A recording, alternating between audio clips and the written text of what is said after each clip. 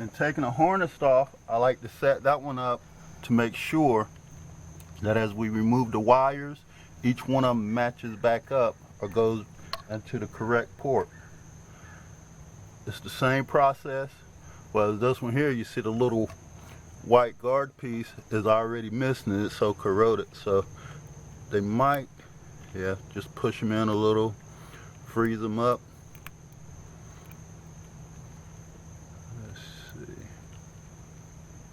Force that one out, make sure it goes to the end.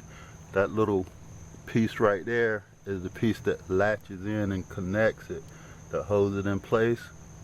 Push it through, you hear it click, and then just go down the row like that, doing one at a time so you don't get them crisscross.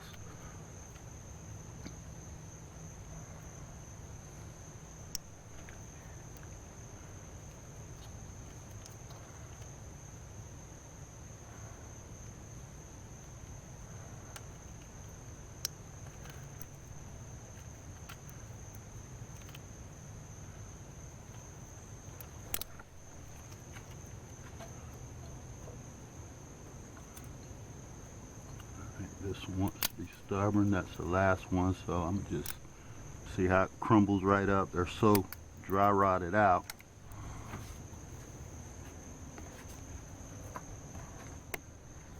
Just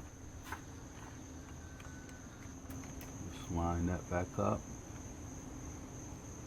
Push it right in. Click, and that's it. That's done without having to cut the wires, having to use clamps or anything. You stay with the original wiring